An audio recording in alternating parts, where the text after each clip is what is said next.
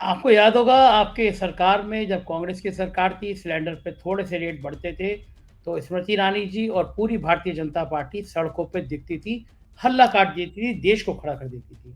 आप स्वीकार करें ना करें, लेकिन कांग्रेस उतनी सशक्त विपक्ष की भूमिका नहीं निभा पाई सड़कों पर, उतना बड़ा आंदोलन खड़ा नहीं कर पाई। सीएजी ने 5 रिपोर्ट निकाली, क्या एक्शन लिया सरकार? और ऐसा नहीं है हमने हल्ला नहीं काटा, हमने हल्ला बहुत काटा।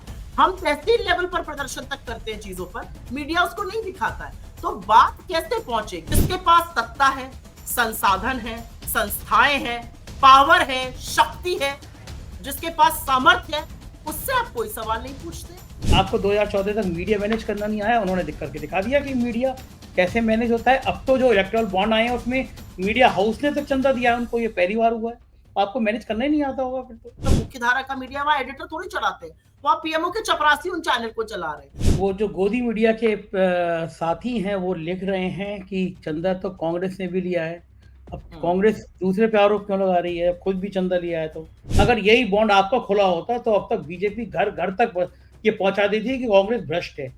इस बॉन्ड को आप पहुंचा पाएंगे, लोगों को आसान भाषा में समझा पाएंगे कि ऐसा हुआ था कि कई 400 करोड़ की ईडी ने संपत्ति जब्त की थी, फिर बाद में उस आदमी ने इलेक्ट्रल बॉन्ड दिए, या ऐसी कंपनी जिसका प्रॉफिट भी नहीं था उससे ज्यादा पैसा दिया बीजेपी को। ये समझा पाएंगे आप लोग? अगर आपने गला हमारी फंडिंग का दबा दिया है तो इस देश में निष्पक्ष चुनाव कैसे हो सकते हैं? ये किसकी जिम्मेदारी? आज सवाल इस बात का भी है। वो सबसे बड़े प्रदेश में अभी तक कांग्रेस प्रत्याशी तय नहीं कर पा रही है। बार बार हवा चलती है कि मायावती का इंतजार है, मायावती को आप लोग प्रधानमंत्री बनाने को तैयार हैं, इसीलिए कांग्रेस नहीं कर पा रही। अमेठी रायबरेली के लोग परेशान हैं। कांग्रेस चाह क्या रही है उत्तर प्रदेश में? किसको फायदा और किसको नुकसान पहुंच रहा है, ये आपके जैसा प्रबुद्ध पत्रकार मुझसे अच्छा जानता है। जो आपकी मंद मंद मुस्कान है वो उस बात की कलई और खोल देती है। अब की बार 400 पार, कुछ डर लग रहा है नारे को सुन के? अरे वो 400 पेट्रोल के दाम की बात कर रहे हैं। नमस्कार, मैं हूं संजय शर्मा। आप देख रहे हैं 4PM न्यूज नेटवर्क। कांग्रेस की फायर ब्रांड प्रवक्ता हैं Supriya Shrinate. Social media, IT cell, Congress का ये सब संभालती हैं। बहुत तेज तर्रार बोलती हैं। मैं बहुत दिनों से सोच रहा था कि उनसे इंटरव्यू करूं, उनसे बातचीत करूं, क्योंकि मेरे कभी उनसे इंटरव्यू नहीं हुआ। तो मेरे अनुरोध पे उन्होंने समय दिया। कुछ बढ़िया से सवाल मैंने उनसे पूछे हैं और उन्होंने जवाब उससे भी बेहतरीन दी हैं। एक ऐसी कांग्रेस की महिला नेत्री जिसके टीवी चैनल पर जब आप उनको सवाल जवाब करते देखते होंगे तो आप महसूस करते होंगे कि किस तरह पसीने आते हैं गोदी मीडिया के एंकरों पर। तो ये एंकर इतने जहरीले क्यों हैं? कांग्रेस इन जहरीले एंकरों पे चैनल पे जाती क्यों है? और क्या खेल है कांग्रेस के चंदे का? ये सारी बातें सुप्रिया श्रीनेत के आज बात करेंगे। चलते हैं सुप्रिया जी के पास, सुनिएगा और बताइएगा जरूर कैसी लगी आपको बातचीत। चलिए वहां चलते हैं सुप्रिया जी। 4PM न्यूज नेटवर्क में स्वागत है सुप्रिया जी आपका। अब की बार 400 पार, कुछ डर लग रहा है नारे को सुन के? मुझे लगता है आप तो इतने भोले नहीं है, मुख्यधारा मीडिया के साथी बड़े भोले हैं। 400 सीट समझ रहे हैं। अरे वो 400 पेट्रोल के दाम की बात कर रहे हैं, 2400 गैस पार कराने की बात कर रहे हैं। अभी उनकी बातें सुन ली जाए तो ऐसी हवाई बातें हैं कि हंसी आती है। 400 सीटों पे भाजपा चुनाव लड़ रही है, 400 पार। असलियत यह है 200 के आंकड़े पहुंचने में हवा टाइट है भाजपा की, और इसीलिए ED, CBI, income tax, SBI सबके आपको गतिविधियां बढ़ी हुई दिखेंगी। मेरा अपना मानना है कि भारतीय जनता पार्टी का रिपोर्ट कार्ड फेलियर है।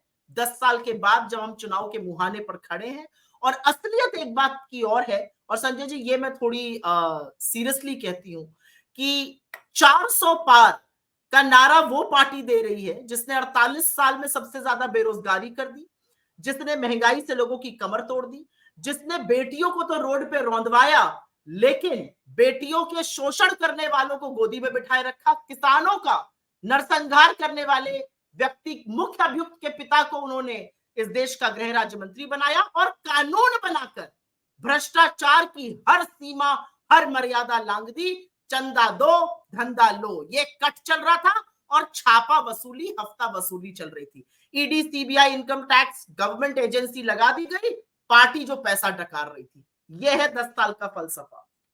लेकिन सुप्रिया जी, बावजूद इसके वो लगातार चुनाव जीतते हैं। मध्य प्रदेश, राजस्थान, छत्तीसगढ़ इसकी गवाही है।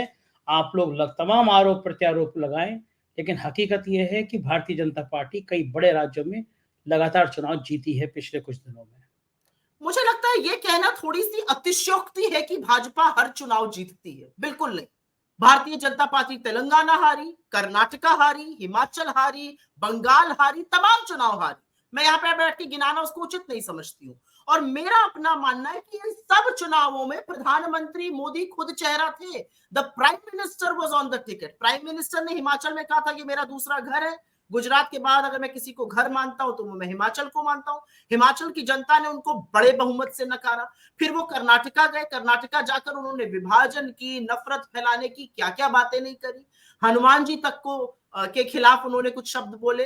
एक हिंदू अनुयायी होने के नाते मेरी आस्था भी आहत हुई। वहां की जनता ने भी नकारा। वो तेलंगाना भी पहुंचे, अपनी बी टीम के साथ भी पहुंचे, बीआरएस को भी बढ़ाया और ओवैसी को भी बढ़ाया, वहां पर भी हारे। उसके बाद बंगाल में उन्होंने पूरी प्रेस्टीज दांव पर लगा दी थी, वहां पर भी हारे।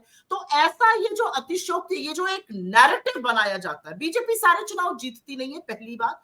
बहुत सारे ऐसे चुनाव हैं, बहुत सारी ऐसी सरकारें हैं जहां पर बीजेपी को जनमत प्राप्त नहीं हुआ, लेकिन पैसे के प्रलोभन और एजेंसीज के प्रभाव के चलते उन्होंने चुनी हुई सरकारें गिराई। अब उसमें गोवा, उसमें मध्य प्रदेश, उसमें कर्नाटका, उसमें अरुणाचल, उसमें बड़ी लंबी फहरिस्त है, लेकिन वो जीत नहीं होती है। वो जीते नहीं उन्होंने चुनाव। सुप्रिया जी, मैं उन पत्रकारों में से हूँ जो गांव देहात में भी जाता हूँ, बात करता हूँ लोगों से, लेकिन ईमानदारी से बता रहा हूँ, लोग एक सवाल करते हैं कि मोदी के मुकाबले कौन। कोई चेहरा नहीं होता है ना, तो लोग कंफ्यूज होते हैं। मुझे लगता है ये बात बेमानी है और मैं बताती हूं क्यों। बात इसलिए बेमानी है क्योंकि सवेरे मैं और आप, मुझे लगता है हम 10, 12, 15 न्यूज़पेपर तो पढ़ते ही होंगे। हर पेपर के हर पन्ने पर मोदी जी आत्मबुक दांत चियारे मुस्कुराते हुए। पेपर बंद करके टीवी देखिए, हर चैनल पर चरण वंदन, मोदी वंदन, मोदी मोदी मोदी मोदी चलता है।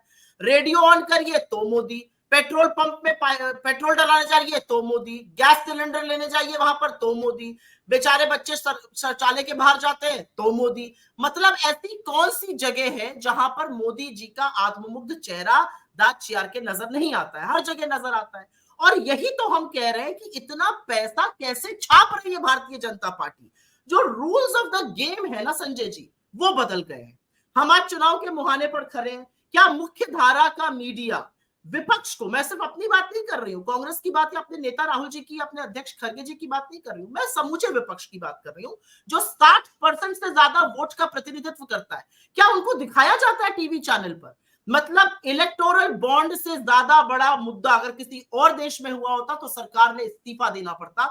हमारा मुख्य धारा का मीडिया को साफ सूंघ गया है जी। मुख्य धारा का मीडिया इस पर चर्चा ही नहीं कर रहा है। तो जब इतना अनबैलेंस, इतना लेवल प्लेइंग फील्ड को डिस्ट्रॉय कर दिया जाता है, मीडिया जैसे इंस्टीट्यूशंस को बर्बाद कर दिया जाता है, जो कि सरकारों को कटघरे में खड़ा करके सवाल पूछते हैं, तो फिर दिक्कत तलब बात हो जाती है। और दिक्कत तलब ये हो जाती है कि लोगों की बात नहीं पहुंच रही है। जो भारत जोड़ो यात्रा थी या जो भारत जोड़ो न्याय यात्रा थी, वो इस बीच के बिचौलिए को खत्म करने का हमारा प्रयास है, लोगों की आवाज को उठाने का, उनकी आवाज को, उनके मन की बात को सुनने का की हमारी कोशिश है। मुझे ऐसा लगता है कि मोदी के बनिस्पत कौन, ये भाजपा का नैरेटिव है। मोदी के बनिस्पत हर वो व्यक्ति, हर वो हिंदुस्तानी जिसको लगता है कि बेरोजगारी हम नहीं सहेंगे। मोदी के बनिस्पत हर वो लड़की जो असुरक्षित महसूस करती है। मोदी के बनिस्पत हर वो औरत जिसको लगता है कि मणिपुर की उन 2 औरतों के साथ ही नहीं, उन आदमखोरों ने हमें भी नोचा जब उनके साथ ऐसा किया। मोदी के बनिस्पत हर वो किसान जो एमएसपी के लिए लड़ रहा है, जो दिल्ली आना चाहता है। दिल्ली किसी की बपौती नहीं है, आपने कीले गड़वा दिए, आपने रास्ते खुदवा दिए, क्यों? तो मोदी के बनाम हर वो व्यक्ति जो आटा, दही, दवाई, पढ़ाई सब पर जीएसटी दे रहा है, जो 40,000 की कभी बाइक होती थी, 45,000 की वो 90,000 है। गाड़ी आती थी 3 लाख में 2014 में, अभी 6 लाख की है। 60,000 का स्कूटी 1,20,000 है। फिर जा जाता था 9,000 में 18,000 है। मैं तो दूध, दही, फल, सब्जी, दाल की बात ही नहीं कर रही हूं। तो मोदी बनाम हर वो व्यक्ति जिसने 10 साल अन्याय का ये दंश सहा है। आपको याद होगा, आपके सरकार में जब कांग्रेस की सरकार थी, सिलेंडर पे थोड़े से रेट बढ़ते थे तो स्मृति ईरानी जी और पूरी भारतीय जनता पार्टी सड़कों पे दिखती थी, हल्ला काट देती थी, देश को खड़ा कर देती थी। आप स्वीकार करें ना करें, लेकिन कांग्रेस उतनी सशक्त विपक्ष की भूमिका नहीं निभा पाई सड़कों पर, उतना बड़ा आंदोलन खड़ा नहीं कर पाई। कारण? मैं आपकी बात से सहमत हूं और मैं बताती हूं कि हम क्यों नहीं कर पाए। जब स्मृति ईरानी ने सिर्फ और सिर्फ एक प्रदर्शन किया है गैस सिलेंडर को लेकर, एक फोटो है उनकी, लेकिन जब स्मृति ईरानी सड़कों पर बैठती थी तो पूरे देश का मीडिया वहां पर खड़ा होकर उनको लाइव दिखाता था। जब पेट्रोल या डीजल के दामों में 1 रुपए बढ़ता था तो पूरे प्राइम टाइम शो उसी पर डिबेट करते थे। अगर कहीं पर कोई आक्षेप भी लगता था गलत कार्रवाई का या किसी हेरा फेरी का, समूचा विपक्ष टूट पड़ता था, जो काम है विपक्ष का। मुझे याद है निर्भया का वो कांड, और मैं जर्नलिस्ट थी तब, और तब की सरकार एक्ट कर रही थी, संवेदनशील थी। 2:30 बजे रात को इस देश का प्रधानमंत्री और सोनिया जी टारमैक में खड़े थे जब निर्भया को इलाज के लिए सिंगापुर भेजा जा रहा था, और जब उसकी दुर्भाग्यवश मौत हो गई, वापस आए। 2:30 बजे रात को वो खड़े थे। राहुल गांधी जी ने उसके भाई को पढ़ाया, लिखाया, पायलट बनाया, लेकिन किसी से ये खबर लीक नहीं कराई।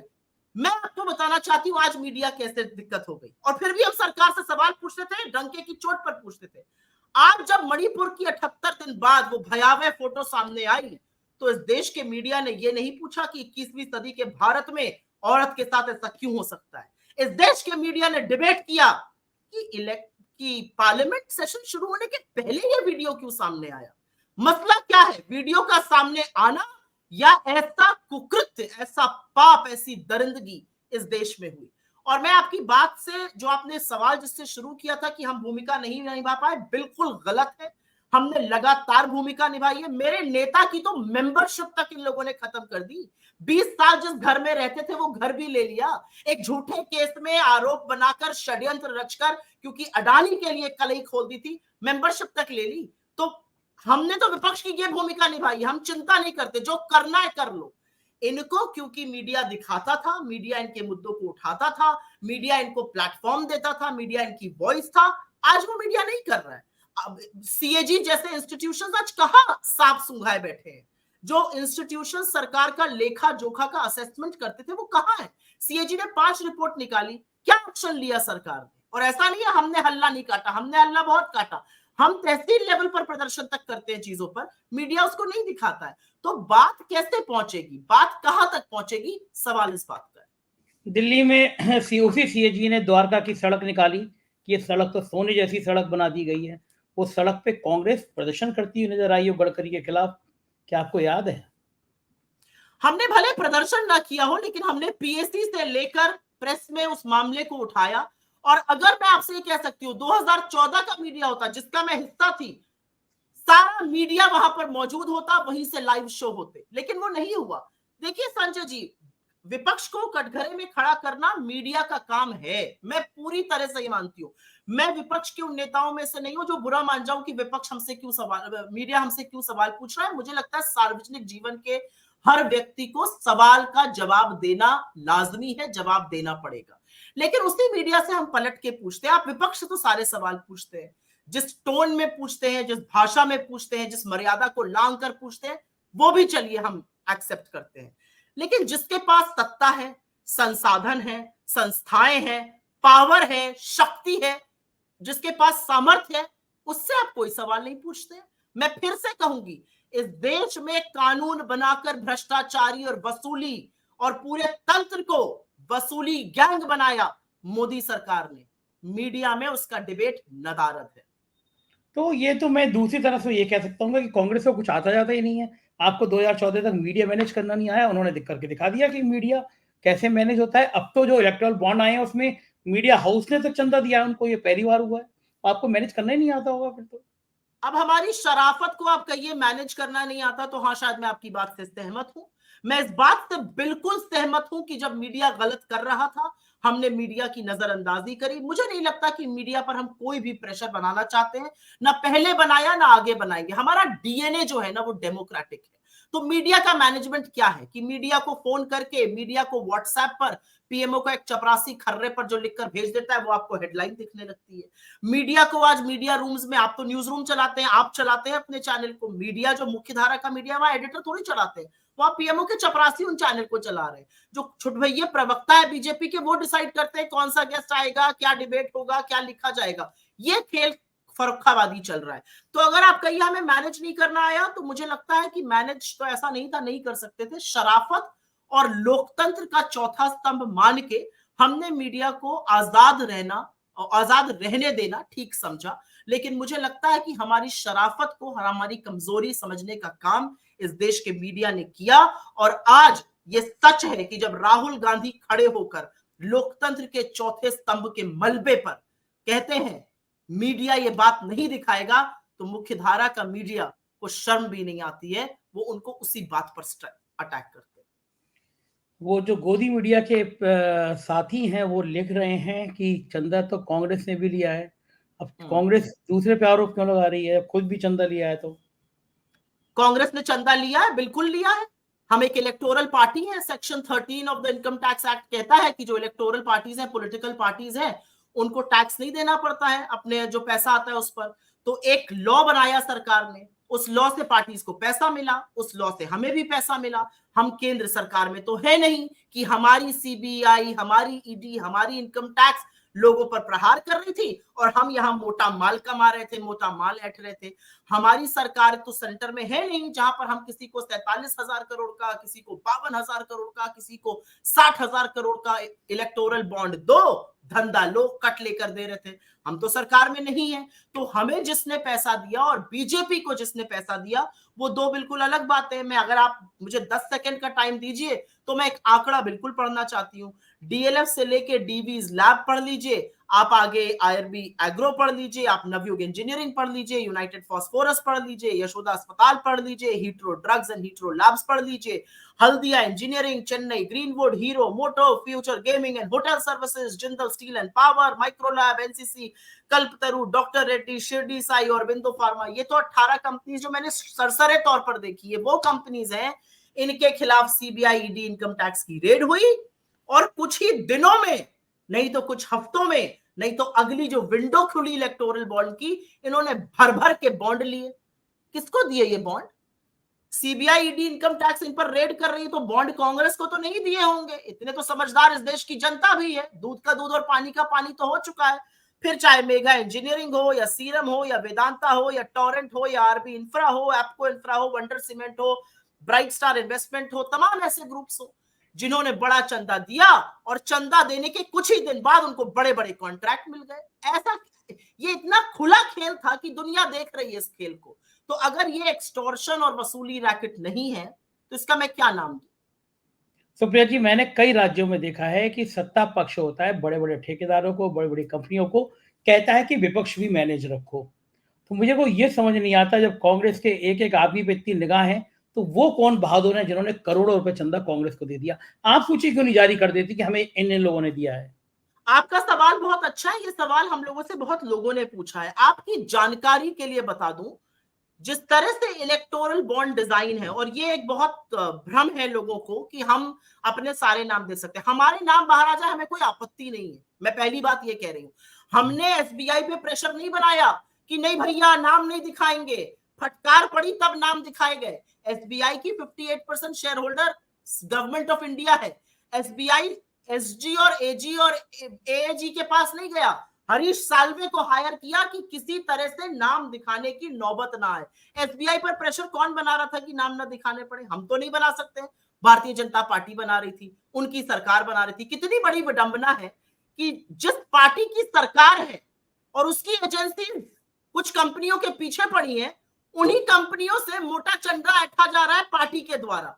मतलब पार्टी चंदा ऐंठ रही है, सरकार रेड डाल रही है। आप सोचिए। आपने ये जो बात कही कि कौन शूरवीर है जिन्होंने हमें पैसा दिया, बॉन्ड ऐसे डिजाइन होते हैं कि अमूमन प्राप्तकर्ता को डोनर का पता नहीं चलता है, तो हम अपने आप से नहीं बता सकते हमें किसने दिया।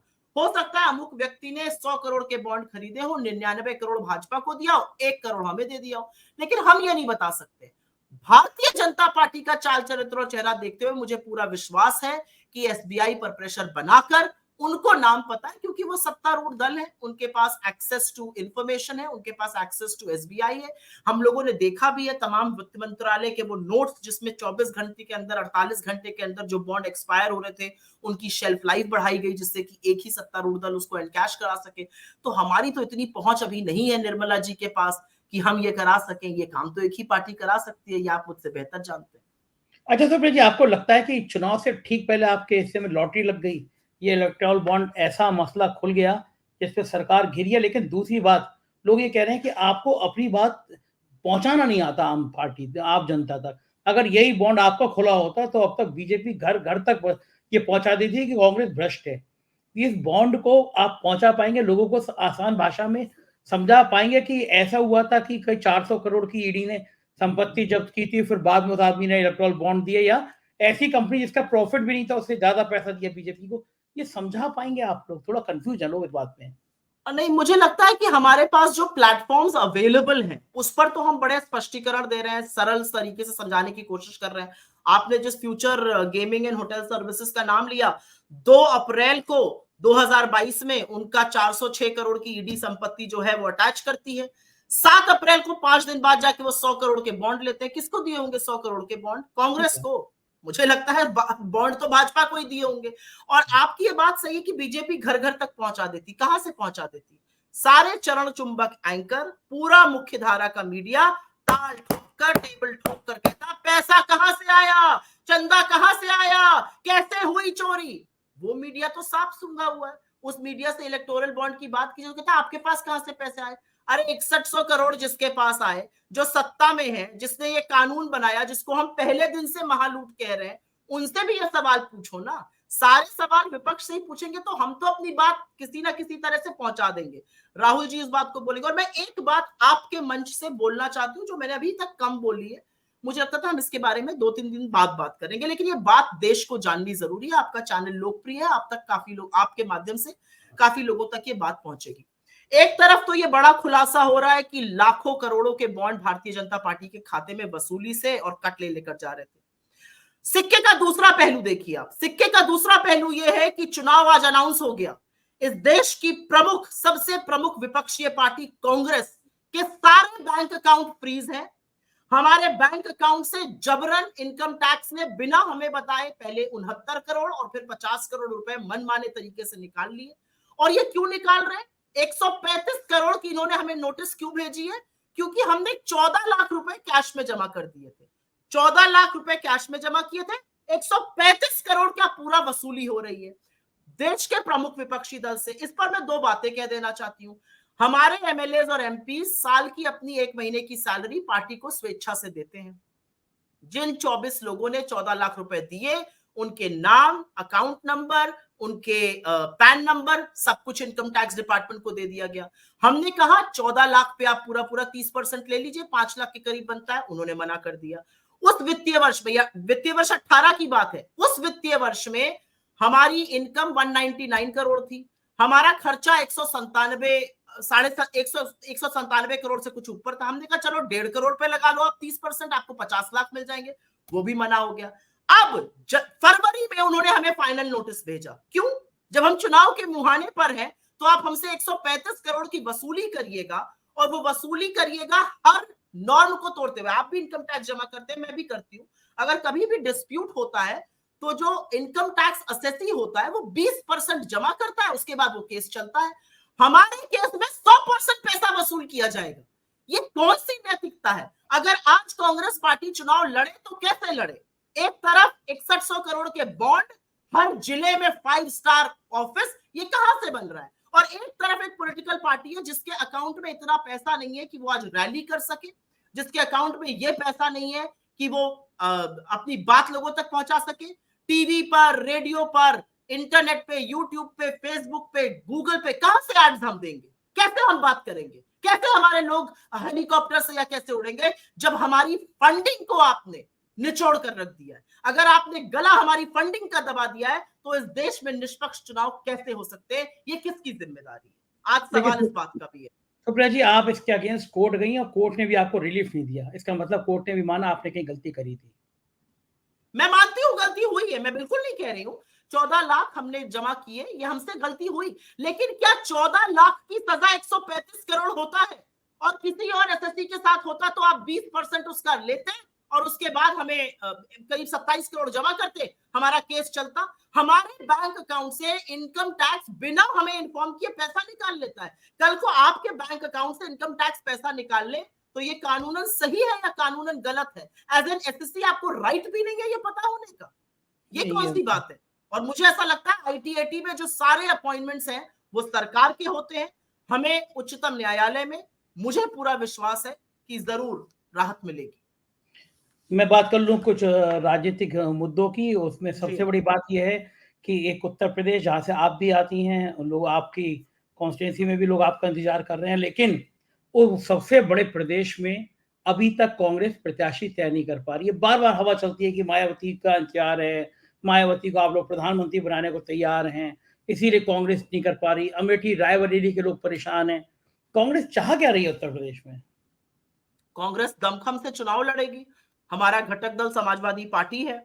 आप मायावती जी की बात कर रहे हैं, बहन जी के जो 4-5 प्रत्याशी घोषित हुए हैं उनको देख लीजिएगा। उन प्रत्याशियों के घोषित होने से किसको फायदा और किसको नुकसान पहुंच रहा है, ये आपके जैसा प्रबुद्ध पत्रकार मुझसे अच्छा जानता है। जो आपकी मंद मंद मुस्कान है वो उस बात की कलई और खोल देती है। तो मुझे लगता है उस पर मैं जितना कम बोलूं उतना अच्छा है। हम पूरे दमखम से चुनाव लड़ेंगे। ये सच है कि हमारी सीईसी आज होनी थी, लेकिन वो एक दिन टल गई क्योंकि हमारी यात्रा का कल समापन है। एक बड़ी इंडिया गठबंधन की रैली है मुंबई में, और 18 तारीख को जब सीईसी होगी तो सारे नाम आ जाएंगे। नामों पर अधिकतर चर्चा हो चुकी है, स्क्रीनिंग उनकी हो चुकी है, प्रदेश नाम भेजे हैं, अब सिर्फ सीईसी की मुहर लगनी बाकी है। मुझे पता है इस सवाल का जवाब आप बताएंगे नहीं, लेकिन तब मेरा पूछना मेरा काम है, इसलिए मैं पूछूंगा कि अमेठी से कौन लड़ेगा और रायबरेली से कौन लड़ेगा? नहीं, ऐसा नहीं है कि मैं बताना नहीं चाहती हूँ, मुझे पता होता तो मैं बता भी देती। मुझे लगता है कुछ सवाल ना अपनी हैसियत से बाहर के होते हैं, और मैं एक पार्टी की कार्यकर्ता हूं। मेरा शीर्ष नेतृत्व कहां से लड़ेगा, क्या करेगा, क्या नहीं करेगा, मैं उन लोगों में से नहीं हूं जो आकर जबरदस्ती आपके सामने शेखी बघारे। मुझे लगता है कांग्रेस का कौन व्यक्ति कहां से लड़ेगा, इसका फैसला हमारा शीर्ष नेतृत्व, हमारे अध्यक्ष, हमारी सीईसी करेगी, और अमेठी और रायबरेली भी उसी का हिस्सा रहेगी। आपकी व्यक्तिगत चाहत क्या है कि अमेठी और रायबरेली से गांधी परिवार का कोई व्यक्ति लड़े?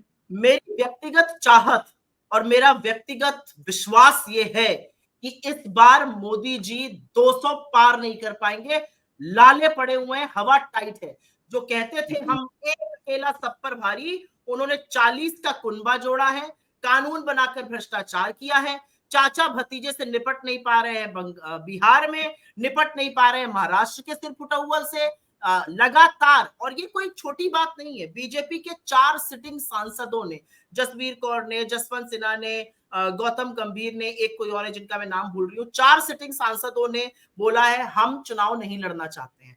जिनको टिकट मिला उन्होंने टिकट वापस कर दिया। नितिन पटेल जैसे लोगों ने, डेप्यूटी चीफ मिनिस्टर रह चुके गुजरात के, उन्होंने दावेदारी ही वापस कर दी। अजय प्रताप सिटिंग राज्यसभा मेंबर छोड़ के चले गए। कुछ ऐसे भी शिरोमणि है जो बड़े नेता थे, आज कैबिनेट मंत्री हैं, उन्होंने राजनीति से ही संन्यास लेना श्रेयस्कर समझा। तो अगर आप लोगों को नहीं लगता कि ये डूबते जहाज की निशानियां हैं, तो मुझे लगता है परिभाषा थोड़ी डूबते जहाज की बदल गई है। आप कितनी तेज नेता हैं। मैं पूछ रहा था कि आपका मन क्या है, अमेठी रायबरेली से कौन लड़े, आप सीधा मोदी जी पे ले जाती हैं। अमेठी रायबरेली के लोगों का मैंने आपको सवाल का बिल्कुल, मुझे लगता है मुझसे ज्यादा स्पष्ट और स्ट्रेट जवाब देते कम लोग हैं।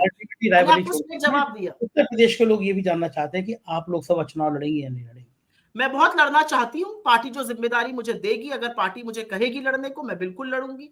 अन्यथा एक बहुत बड़ी रिस्पॉन्सिबिलिटी है सोशल मीडिया और डिजिटल प्लेटफॉर्म्स चलाना, ऐसे वक्त में जब मेन स्ट्रीम मीडिया ने आपको पूरी तरह से ब्लैकआउट किया हुआ है। रिस्पॉन्सिबिलिटी थोड़ी बढ़ जाती है, लेकिन जो भी मुझे नेतृत्व कहेगा, अगर मुझे कहेंगे लड़ने को, तो मैं बिल्कुल दमखम से लड़ूंगी, और जैसा निर्देश होगा वो करूंगी। और कैसा चलाना चाहती हैं सोशल मीडिया? आपने अमित मालवीय की बैंड बजा दी, सालों बाद कांग्रेस की हेड की तरह इतनी एक्टिव नजर आ रही, और कितना तूफान मचाना चाहती हैं आप, ये मैं और ये सोचिए, ये सारा तूफान और ये सारा बैंड बजाया हमने बिना फेक न्यूज फैलाए, बिना झूठ बोले, सच के आधार पर आंख में आंख डालकर सारे वही काम हमने किए जो कांग्रेस के डीएनए में है। हम डेमोक्रेटिक हैं, हम बिना डरे किसी से सवाल पूछते हैं, हमारे नेता जैसे आंख में आंख डाल के बात करते हैं, हम भी करते हैं। किसको एक दिन कोई हंस के मुझसे कह रहा था, बड़ा काम आप कराने लगी बीजेपी वालों से, तो मुझे नहीं पता उसका क्या मतलब है। काम तो सभी को करना चाहिए, लेकिन बीजेपी का सोशल मीडिया और हमारे सोशल मीडिया में बहुत बड़ा अंतर है संजय जी। बीजेपी का सोशल मीडिया दुनिया की सबसे बड़ी फेक न्यूज फैक्ट्री है। वो लोगों के स्टेटमेंट्स को काट छाट करके, वो लोगों के स्टेटमेंट्स को तोड़ मरोड़ करके, आउट ऑफ कॉन्टेक्स्ट, किसी ने कुछ कहा वहां पे मिलाकर चलाते हैं फेक न्यूज फैक्ट्री। वो वैमनस्यता और नकारात्मकता फैलाते हैं। मुझे लगता है विपक्ष का काम है सरकार से सवाल पूछना, वो हमने पूछा। एक भी जगह फेक न्यूज का सहारा नहीं लिया। तमाम ऐसे प्लेटफॉर्म्स हैं जिन्होंने भाजपा के बड़े बड़े मंत्रियों और उनके फेक न्यूज के सरगना, उनके हेड को 10 बार बोला out of context, manipulated media. मैं फक्र से कह सकती हूं कि कांग्रेस पार्टी के शीर्ष नेताओं का, हमारे वरिष्ठ नेताओं का और मेरे डिपार्टमेंट और मेरा ऐसा ट्रैक रिकॉर्ड ही नहीं रहा। तो इसके बाद भी अगर बैंड बजा दी तो ठीक ही काम किया होगा। बहुत अच्छी बात है। आखिरी सवाल, ये जो नफरती चैनल हैं, इन पे आप लोग जाते क्यों हैं? बहुत अच्छा सवाल है। ये सवाल हम लोगों से काफी पूछा जाता है। कुछ ऐसा डिसीजन लिया गया कि जो बहुत ज्यादा नफरती चिंटू है उनके यहाँ ना जाया जाए। देखिए, ऐसा है कि प्लेटफॉर्म्स बहुत कम है और उनको हम पूरी तरह से बॉयकॉट करके बैठ जाए, वो श्रेयस्कर नहीं है। एक एंकर, एक बीजेपी का प्रवक्ता और एक आरएसएस का आइडियोलॉग जो राजनीतिक विशेषज्ञ बन के बैठा है, 3:1 की लड़ाई रहती है, मैं मानती हूं। लेकिन विपक्ष का जो भी जाता है वो सच इतने दमखम से, इतने पुरजोर तरीके से, इतने हिम्मत से बोलता है कि कहीं ना कहीं लोगों के दिमाग में सोचने का संशय जरूर डाल देता है। वो बोलते हैं सब चंगा सी, वो बोलते हैं 5वीं अर्थव्यवस्था। हम कहते हैं 46 रुपए में गुजर बसर कर रहे हैं ये 20% देश की आबादी रोज की। 2 पानी की बोतलें ना आए उस पे, तो लोग सोचते हैं अच्छा हाँ सही कह रहे हैं। जब वो कहते हैं नारी अधिनियम, नारी वंदन, क्या उसका नाम रखा है, वंदन अभिनंदन अधिनियम, तो हम कहते हैं कि मणिपुर की वो 2 औरतें भी अपना वंदन अभिनंदन की बात कर रही हैं। हम बोलते हैं कि जिन देश की बेटियों ने गर्व से सीना चौड़ा किया, उनके सीनों को आपने भूख से रौंदा। तो मुझे ऐसा लगता है कि वहां पर जाना जरूरी है। जब वो बात करते हैं मेरे देश के परिवार वालों, युवाओं, मित्रों, तो हम उन्हीं मित्रों का चेहरा दिखाकर कहते हैं कि 50 लाख का पेपर कैंसिल कर दिया आपने। जब हक की मांग करी तो आप ही ने लाठी लेकर दौड़वाया। जब वो कहते हैं किसानों मेरी आंखें भर आती हैं, तो हम लोगों के सामने जाकर कहते हैं इन्हीं 750 किसानों की शहादत पर शिकन नहीं आई थी इस चेहरे पर। तो मुझे लगता है कि वहां पर जाकर पुरजोर तरीके से अपनी बात कहना भी जरूरी है। लोगों के दिमाग में सोचने के लिए संशय डालना हमारी जिम्मेदारी है। बहुत बहुत शुक्रिया सुप्रिया जी, आपने इतना समय बहुत दिया। धन्यवाद। पहली बार आई, बहुत मजा आया। जी सुप्रिया जी, आपने सुना क्या शानदार बातें कर रही थी, और वाकई में कांग्रेस को ऐसे फायर ब्रांड नेताओं की बहुत जरूरत है जो कांग्रेस का पक्ष रख सके। आपकी क्या राय है इस इंटरव्यू पे, बताइएगा जरूर। शुक्रिया, थैंक यू।